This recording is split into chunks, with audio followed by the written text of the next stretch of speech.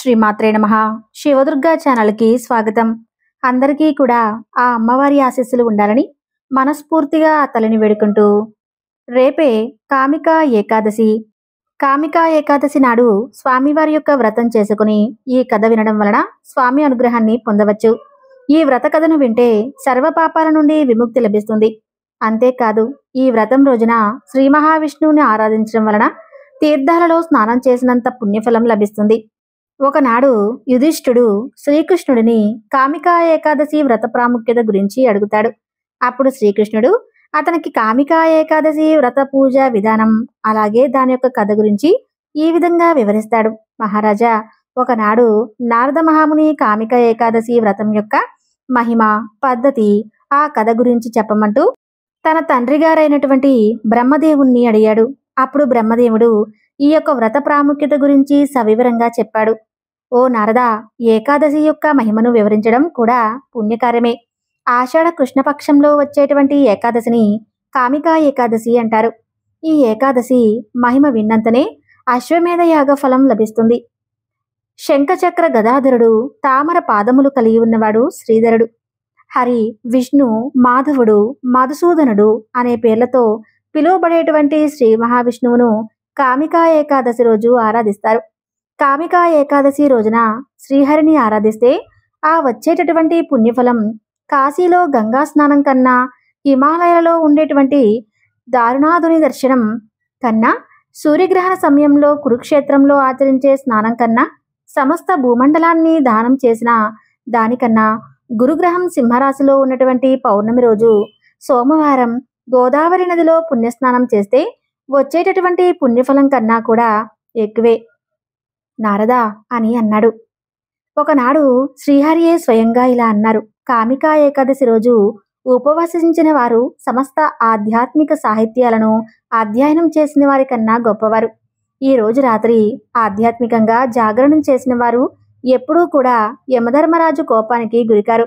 ఈ వ్రతం ఆచరించిన వారు భవిష్యత్తులో మరలా జన్మనెత్తే అవసరం ఉండగా మోక్షాన్ని పొందుతారు. కాబట్టి ఈ ఏకాదశిని ప్రత్యేక శ్రద్ధతో ఆచరించాలి అంటూ స్వయంగా శ్రీహరే చెప్పాడు. అలాగే ఈ వ్రత కథ గురించి చెబుతాను వినమంటూ బ్రహ్మదేవుడు ఈ విధంగా చెప్పడం ప్రారంభించాడు. ఒక గ్రామంలో ఠాగూర్ అనే ఒక వ్యక్తి ఉండేవాడు. ఒకనాడు అతను ఒక బ్రాహ్మణుడితో గొడవపడి కోపంలో అతన్ని చంపేశాడు. ఆ పాపము నుండి బయటపడటానికి ఆ బ్రాహ్మణుడి అంత్యక్రియలు చేయాలి అనుకున్నాడు. అందుకు బ్రాహ్మణుడు ఠాగూర్కు అనుమతి మాత్రం ఇవ్వలేదు. అంతేకాదు, ఆ బ్రాహ్మణుని చంపినందుకు ఆయన్ని ఎంతగానో నిందించాడు. ఒకనాడు ఆ ఠాగూరు బ్రహ్మహత్య నుండి బయటపడడానికి మార్గం చెప్పమంటూ ఒక ఋషిని అడుగుతాడు. కామికా ఏకాదశి వ్రతాన్ని ఆచరిస్తే బ్రహ్మహత్య పాతకం నుండి నీవు బయటపడతావు అంటూ ఆ ఋషి ఠాగూర్కు చెబుతాడు. ఇక ఠాగూర్ ఎంతో నియమనిష్టతో కామికా ఏకాదశి వ్రతాన్ని ఆచరించి శ్రీ మహావిష్ణువుని పూజిస్తాడు. రాత్రికి శ్రీ మహావిష్ణువు విగ్రహం దగ్గర నిద్రిస్తాడు. శ్రీహరి కలలో కనిపించి నీవు బ్రాహ్మణుని చంపినటువంటి పాపం నుండి విముక్తిని పొందావు అని చెబుతాడు. కామికా ఏకాదశి రోజు రాత్రి శ్రీ మహావిష్ణువు దేవాలయంలో దీపం వెలిగించిన వారికి వారి పూర్వీకులకు స్వర్గంలో అమృతం సేవించే అవకాశం లభిస్తుంది. ఇక దీపం వెలిగించిన వారికి మరణానంతరం సూర్యలోకంలో స్థానం లభిస్తుంది. కామికా ఏకాదశి నాడు ఉపవాసం ఉండి అలాగే ఈ కథ గురించి ఒకసారి గుర్తు చేసుకున్నా, చెప్పినా, విన్నా ఆ వ్యక్తి కూడా పాపాల నుండి విముక్తి పొంది విష్ణులోకంలో స్థానాన్ని పొందుతాడంటూ బ్రహ్మదేవుడు నారద మహామునితో చెప్పినట్లుగా శ్రీకృష్ణుడితో చెప్పినటువంటి కామికా ఏకాదశి వ్రత కథ ఇది. ఇక ఈ ఏకాదశి రోజున శ్రీ మహావిష్ణువుకు సంబంధించినటువంటి కథలను విన్నా, స్వామివారి పేరును స్మరించినా కూడా జన్మజన్మల పాపాలు తొలగి కోటి జన్మల పుణ్యఫలం లభిస్తుంది. మరి ఇంతటి పవిత్రమైనటువంటి ఈ రోజున ఒక చక్కని కథ గురించి తెలుసుకుందాం. పాంచాల దేశానికి పురీషుడు అనేటువంటి ఒక గొప్ప చక్రవర్తి ఉండేవాడు. ఆయన చాలా విద్యావంతుడు, పరాక్రమవంతుడు, తన ప్రజల యందు చాలా దయ కలిగిన వాడు. అయితే వారి యొక్క రాజ్యం కూడా చక్కగా పరిపాలన చేస్తూ ఉండేవాడు. ఆ చక్రవర్తికి సహజంగా ఉండేటటువంటి గుణాలన్నీ కూడా పుష్కలంగా ఉన్నందువల్ల ఆ రాజ్యంలో ఉన్నటువంటి ప్రజలందరూ కూడా ఆయన్ను దైవంగా భావిస్తూ ఉండేవారు. అలా కాలక్రమంలో ఆ రాజ్యంలో చాలా పెద్ద కరువు వస్తుంది. పంటలు పండలేదు. వర్తకుల వ్యాపారం కూడా సరిగ్గా సాగేది లేదు. ఆ రాజ్యం మొత్తం చాలా చిన్న భిన్నంగా అయిపోతుంది. అదంతా ఆ రాజు చేసుకున్నటువంటి ప్రారంధమే. ఆ రాజు అదృష్టం సరిగ్గా లేదు కాబట్టి అందుకే మనందరికీ కూడా ఈ విధమైనటువంటి గతి ఏర్పడిందని చెప్పి ప్రజలందరూ కూడా భావిస్తారు. ఇక ఆ రాజు తన వద్ద ఉన్నదంతా కూడా ప్రజలందరికీ ఇచ్చేసి పరిస్థితి చక్కదిద్దడానికి ప్రయత్నిస్తాడు. కానీ ఆ రాజు వైభవం మొత్తం ఖాళీ అయిపోయినందున పరిస్థితులు మాత్రం ఏమాత్రం అతనికి అనుకూలంగా మారవు. అలా కొన్నాళ్లకు రాజభవనంలో ఉన్నటువంటి వైభవాలన్నీ కూడా ఖాళీ అయిపోతాయి. పనివాళ్ళు కూడా వెళ్ళిపోతారు. మంది మార్బలం అంతా కూడా వాళ్ళని వదిలి ఎక్కడికో వెళ్ళిపోతారు. రాజు రాణి తప్ప ఆ భవనంలో ఇంకేమీ మిగల్లేదు. ఈ పురుషుడికి అసలే శత్రువులే ఉండేవారి కాదు. కానీ రాజ్యం ఖాళీ అయ్యాక ఆ శత్రురాజులు తమంతకు తామే పుట్టుకొస్తారు. ఉన్నట్టుండి ఒకనాడు తమ రాజ్యం పైన కూడా దాడి చేస్తారు. అలా ఒక్కసారిగా తమ పైన శత్రురాజులు చేసినటువంటి దాడికి ఆ రాజుకు ఏం చేయాలో అర్థం కాక వాళ్ళ చేతికి చిక్కకుండా తన భార్య ప్రాణాలను కాపాడుకుంటే చాలు అనుకుని తన భార్యను తీసుకుని ఎవరికీ తెలియకుండా స్వరంగ మార్గంలో బయటికి వెళ్ళిపోయి వారి యొక్క ప్రాణాలనైతే కాపాడుకుంటారు. అలా ఇద్దరూ కలిసి ఒక అడవిలోకి చేరుకుంటారు. ఇన్నాళ్ళు చాలా వైభవంగా బతికామని చెప్పి పాపం వారు చాలా బాధపడతారు. అలా వైభవంగా బతికిన వారు అడవిలో చాలా భయంకరమైనటువంటి కష్టాలను అనుభవిస్తారు. భార్యాభర్తలు ఇద్దరూ కూడా చాలా బాధలు అనుభవిస్తారు. శరీరం కదా పాపం, ఇప్పుడు పోషణ కోసం వారు కష్టపడాల్సి వస్తుంది. క్రూర మృగాల నుండి రక్షించుకోవాల్సినటువంటి పరిస్థితి వారికి ఏర్పడుతుంది. అలా క్షణక్షణం భయపడుతూ జీవించవలసినటువంటి పరిస్థితి వస్తుంది. అడవిలో కష్టపడుతున్నారు. ఎవరు చూసినా కూడా వాళ్ళను మాత్రం ఎప్పుడు కనీసం మాట్లాడించేవారు కూడా కాదు. పూర్వం మనల్ని పరిపాలించినటువంటి రాజు అని కూడా ఎవరూ గుర్తించేవారు కాదు. కనీసం మానవత్వంతో సాటి మనిషి అనేటువంటి భావనతో అయినా ఎవరూ కూడా వారిని మాట్లాడేవారు కాదు. అంతకు మించి చూసిన వాళ్ళందరూ కూడా వారిని చూసి చేరించుకుంటూ అసలు మా పరిస్థితులే ఎందుకున్నాయనుకుంటూ రోజూ బాధపడుతూ జీవితం అలాగే సాగిస్తూ ఉన్నారు. ఆ మహారాజు మహారాణి అలా 56 సంవత్సరాలు గడిచిపోయాయి. ప్రతిరోజు కూడా భగవంతుడిని ప్రార్థిస్తూ ఉంటారు. భగవంతుడైన శ్రీ మహావిష్ణువు అంటే వారికి ఎనలేనటువంటి ప్రేమ. అయితే ఒకనాడు వారు స్వామివారిని ఇలా ప్రార్థిస్తూ ఉంటారు. స్వామి, మాకు తెలిసినంత వరకు ఇంతవరకు ఒక్కరిని కూడా ఎప్పుడూ బాధ పెట్టలేదు. మాకు చేతనైనటువంటి సహాయం చేశాం. కానీ ఒక్కరితో కూడా పరుషంగా మాట్లాడింది లేదు. మాకెందుకు అసలు ఈ గతి పట్టించా స్వామి? ఆ మలును చేసేవాళ్ళు ఒక్కరు కూడా లేరు. మాకు సహాయం చేయటం అటుంచి కనీసం మమ్మల్ని పలకరించే నాదుడు కూడా లేడు. మనుషుల పలకరింపు కోసం మేము ఎంతగా మొహం వాచిపోయామో మాకే తెలుసు. మేము ప్రాణాలు పోగొట్టుకోవాలనుకున్నాం కూడా అది కూడా మాకు చేత కావటం లేదు. ఎందుకంటే తెలిసి ప్రాణాలను పోగొట్టుకోకూడదు కదా. అలా చదువుకున్నటువంటి మా జ్ఞానం ఆ అమలును ఆ పని చేయనీయడం లేదు అంటూ బాధపడుతూ ఉంటారు. పాపం వాళ్ళ ప్రార్థన విన్నటువంటి శ్రీ మహావిష్ణువుకు వారిపైన దయ కలిగిందో ఏమో కానీ ఆ పరమాత్మ ఒక బ్రాహ్మణ వేషంలో వాళ్ళిద్దరి దగ్గరకు వస్తాడు. తెల్లని పంచ, చాలా ఆభరణాలతో ప్రకాశవంతంగా వారికి కనిపిస్తాడు. ఆయన వాళ్ళిద్దరి దగ్గరకు వచ్చి, ఏమయ్యా బాగున్నారా అంటూ వారిని పలకరిస్తాడు. 56 సంవత్సరాల నుంచి కనీసం ఒక పలకరింపు కూడా నోచుకొని వారు ఇప్పుడు ఒక్కసారిగా ఆయన వచ్చి పలకరించేసరికి వాళ్ళకి చాలా సంతోషం కలుగుతుంది. ఒక రకమైనటువంటి భావోద్వేగానికి గురై బోరున ఏడ్చేస్తారు ఇద్దరూ కూడా. మరలా ఆ బ్రాహ్మణుడే వాళ్ళ భావోద్వేగాన్ని చూసి ఇద్దరి తలను నురిమి సముదాయిస్తాడు. వాళ్ళిద్దరూ కూడా ఆయన్ను ఉపసరించాలని పాపం చాలా హడావిడి పడతారు. కానీ వాళ్ళ దగ్గర ఏముంది? పాపం ఏమీ లేదు కదా. చివరకు ఆయన ఒక రాయి మీద కూర్చోబెట్టి రాజుగారి భార్య ఒక మోదుగా ఆకు తెచ్చి ఆయనకు విసనకర్రగా చేసి గాలి వీస్తూ నించుంది. ఇక పాపం ఆయన కూడా ఏం చేయాలో తెలియక చాలాసేపు హడావిడి పడి చివరికి ఆయన పాదాల దగ్గర కూర్చొని పాదాలు ఒత్తుతూ ఉంటాడు. చూసారా, ఇంత కష్టంలో కూడా వాళ్ళ అదృష్టం ఏమిటంటే భగవంతుడు సేవ చేసుకోవటం. ఆ బ్రాహ్మణుడు ఎందుకిలా ఏడుస్తున్నారు? ఏమిటి అసలు మీకు వచ్చినటువంటి బాధ చెప్పండి.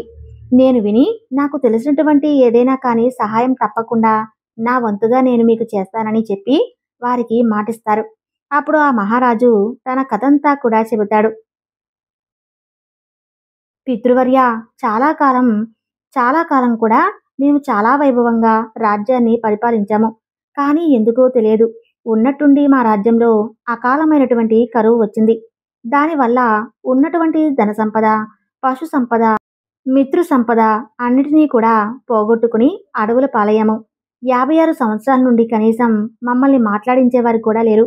కనీసం మమ్మల్ని చూసి ఎవరూ కూడా పలకరించకపోయినా చేదరించుకుంటూ వెళ్ళిపోయేవారు అంటూ తన గోడు చెప్పుకుంటారు. ఆ మహారాజు, నాకు తెలిసి మేము ఇంతవరకు ఎవరికీ కూడా ఏ అపకారం చేయలేదు, ఎవరిని పల్లెత్తు మాట కూడా అనలేదు. మా రాజ్యంలో వచ్చేటటువంటి భాగవతులను కూడా సేవించుకున్నాం, కానీ ఎప్పుడూ ఎవరిని బాధ పెట్టలేదు. అసలు మాకెందుకు ఈ గతి వచ్చిందో, దీనికి తగినటువంటి పరిహారం ఏమైనా ఉంటే కాస్త చెబుతారా అంటూ అడుగుతాడు ఆ మహారాజు. అప్పుడు ఆ బ్రాహ్మణ వేషంలో ఉన్నటువంటి శ్రీ మహావిష్ణువు వారిని ఓదారిస్తూ, నువ్వు ఇంతగా అడుగుతున్నావు కాబట్టి, తెలుసుకోవాలని చాలా ఆశపడుతున్నావు కాబట్టి నీకు తప్పకుండా చెబుతాను. ఇదంతా కూడా నువ్వు ఈ జన్మలో చేసుకున్నది కాదు. నీ పూర్వజన్మ సుకృతం అంతా కూడా ఏ విధంగా జరుగుతుందో ఆ కథంతా కూడా వినిపిస్తాను, జాగ్రత్తగా విను అంటూ శ్రీ మహావిష్ణువు అతని యొక్క పూర్వకథ గురించి ఈ విధంగా చెబుతున్నాడు.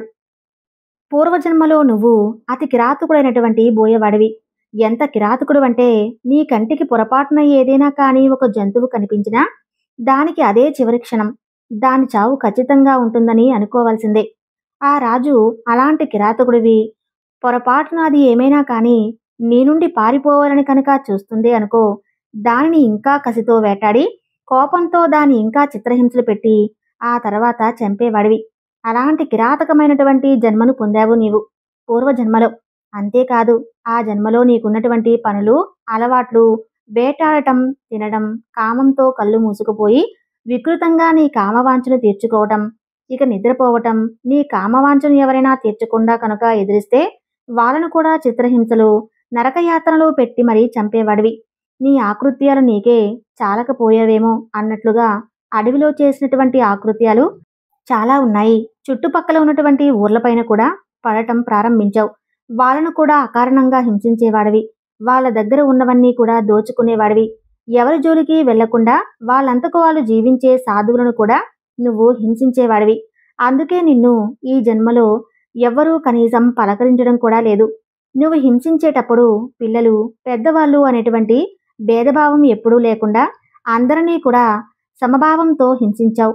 పసిపిల్లలను కూడా క్రూరంగా హింసించినటువంటి నీకు పిల్లలు కూడా పుట్టలేదు. అందుకే ప్రాణులను వేటాడేటప్పుడు కూడా గర్భంతో ఉన్నటువంటి ప్రాణులను చంపకూడదు అనే నియమం ఉంది. నువ్వు ఆ ప్రాణులను కూడా చంపుకు తిన్నావు అంటూ తన కష్టాలను, ఉన్నటువంటి కారణాలన్నీ చెబుతూ వస్తాడు. బ్రాహ్మణుడి వేషంలో ఉన్నటువంటి శ్రీ మహావిష్ణువు అదంతా విన్నటువంటి ఆ మహారాజుకు ఒక అనుమానం కలుగుతుంది. స్వామి, మరి పూర్వజన్మలో ఇన్ని తప్పులు చేశాను కదా, మరి ఇన్ని తప్పులు చేసినటువంటి నాకు ఇంకా భయంకరమైనటువంటి జన్మ కలగాలి కదా. కానీ నేను రాజవంశంలో పుట్టి పెళ్లి చేసుకుని చక్రవర్తిగా సుమారు 25 సంవత్సరాలు చక్కగా పరిపాలించాను కదా. నా పాపాల వలన నాకు శిక్ష పడితే మరంతటి భోగాలు అసలు నాకెందుకు లభించాయి అని అడుగుతాడు ఆ మహారాజు. అప్పుడు శ్రీ మహావిష్ణువు రూపంలో ఉన్నటువంటి ఆ బ్రాహ్మణుడు ఇట్లా చెప్తాడు. ఇప్పటి వరకు నువ్వు చేసినటువంటి పాపాలే చెప్పాను కదా, పూర్తిగా అన్నీ విను. విషయం చెబుతాను, నీకే అర్థమవుతుంది. దానికి కూడా కారణముంది, చెబుతాను విను అంటూ ఆ బ్రాహ్మణుడు ఇలా చెప్తాడు. నువ్విలాగే వేటాడడానికై అడవికి వెళ్ళినటువంటి ఒకనాడు అడవిలో 3 బాటసారులు వెళుతూ ఉన్నారు. 2 వైశ్యులు, ఒకరు సాధువు కలిసి అడవిలో ప్రయాణం చేస్తూ ఉన్నారు. ఆ వైష్ణవులిద్దరూ కూడా చాలా పెద్ద వ్యాపారస్తులు. వాళ్ళు వ్యాపారం చేసుకుని వచ్చినటువంటి డబ్బును తీసుకుని వాళ్ళ ఊరికి వెళ్తున్నారు. వాళ్ళ చేతిలో డబ్బులు మూటలు కూడా ఉన్నాయి. నువ్వు వేట కోసం ఒక బాగా గుబురుగా ఉన్నటువంటి విశాలమైనటువంటి చెట్టు పైన కూర్చొని ఉన్నావు. ఆ చెట్టు పైన నువ్వు ఉన్నావని అక్కడ ఎవరికీ తెలీదు.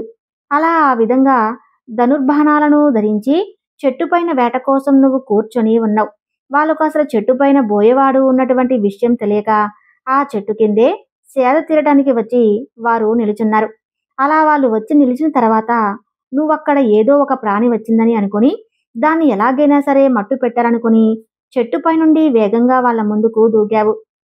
భయంకరంగా ఉన్నటువంటి నీ రూపాన్ని చూసి వాళ్ళు 3 కూడా చాలా భయపడ్డారు.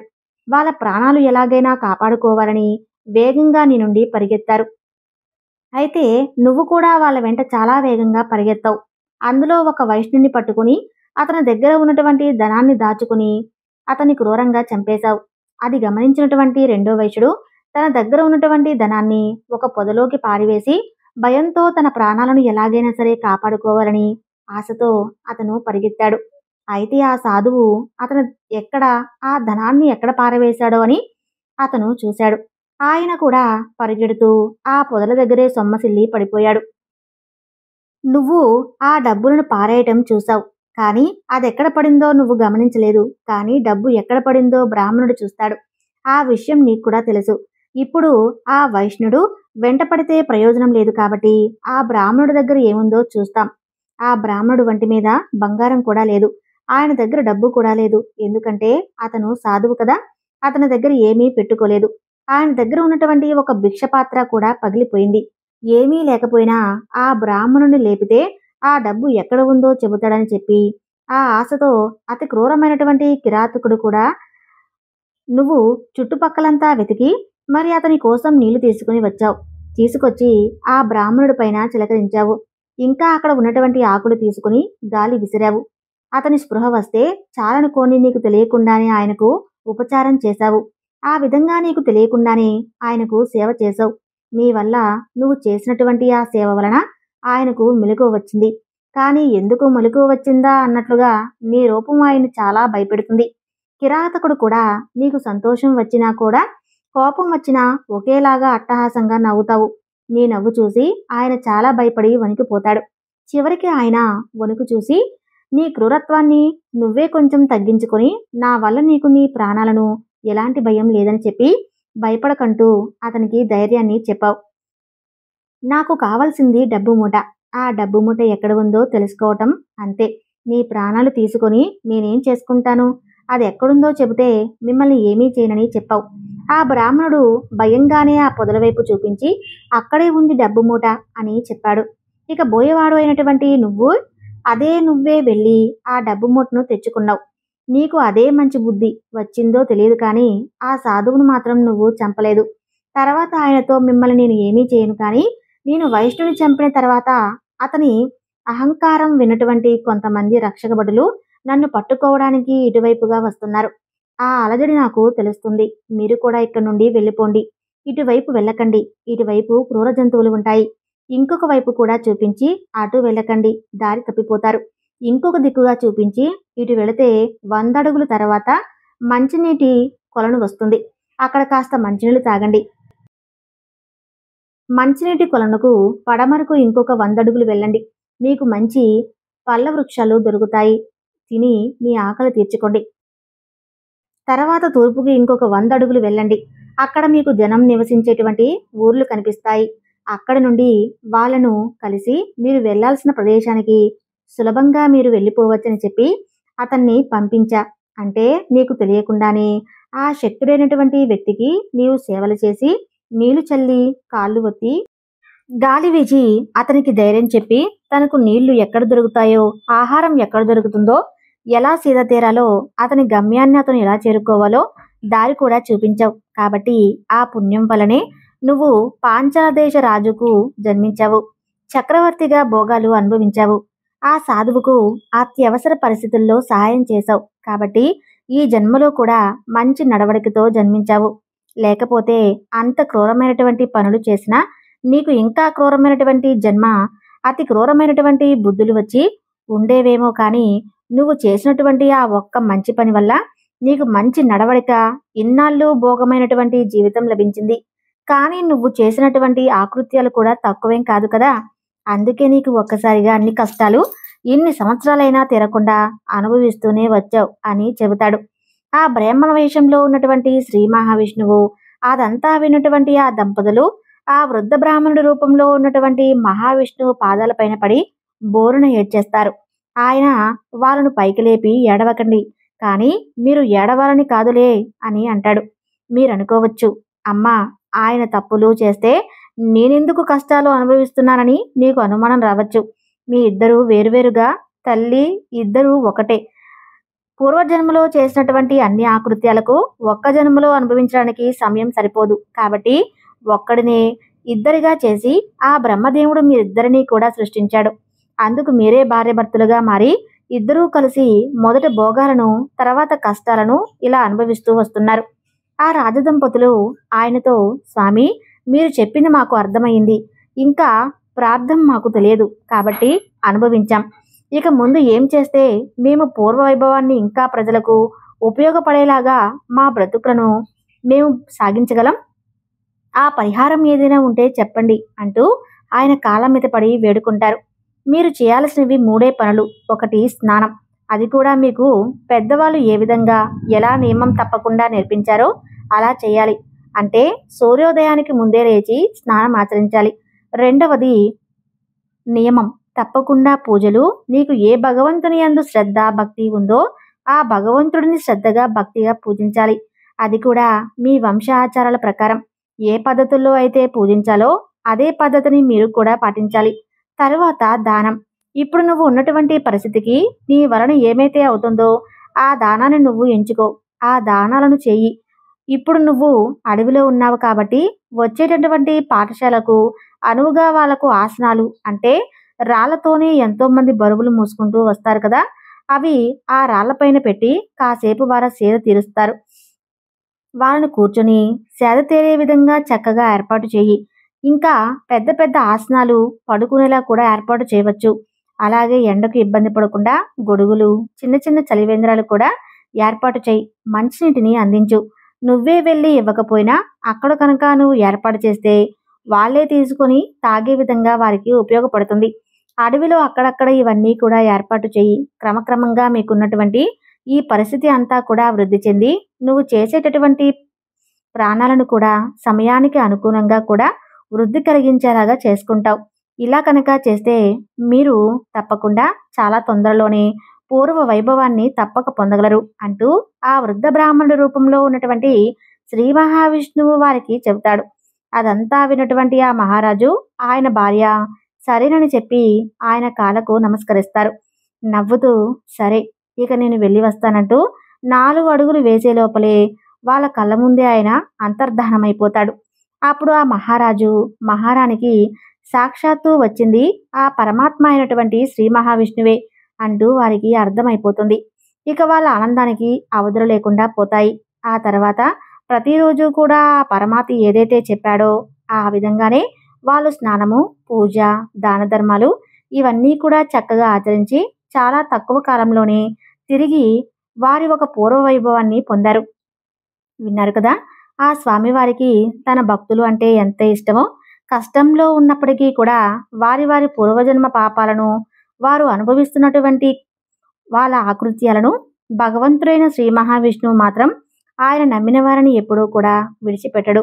ఏదో ఒక సమయంలో ఆదుకోవడానికి స్వయంగా ఆయనే ఏదో ఒక రూపంలో మన వద్దకు వస్తాడు. చూశారు కదండి ఏకాదశి కథ యొక్క మహత్యం. ఈ కథ విన్నవారికి సకల సంపదలు, భోగభాగ్యాలు కలుగుతాయి. అలానే శ్రీ మహావిష్ణువు అనుగ్రహాన్ని పొందడానికి ఓం శ్రీ మహావిష్ణువే నమః అని చిన్న కామెంట్ చేసి వీడియోని లైక్ చేయండి. Thank you.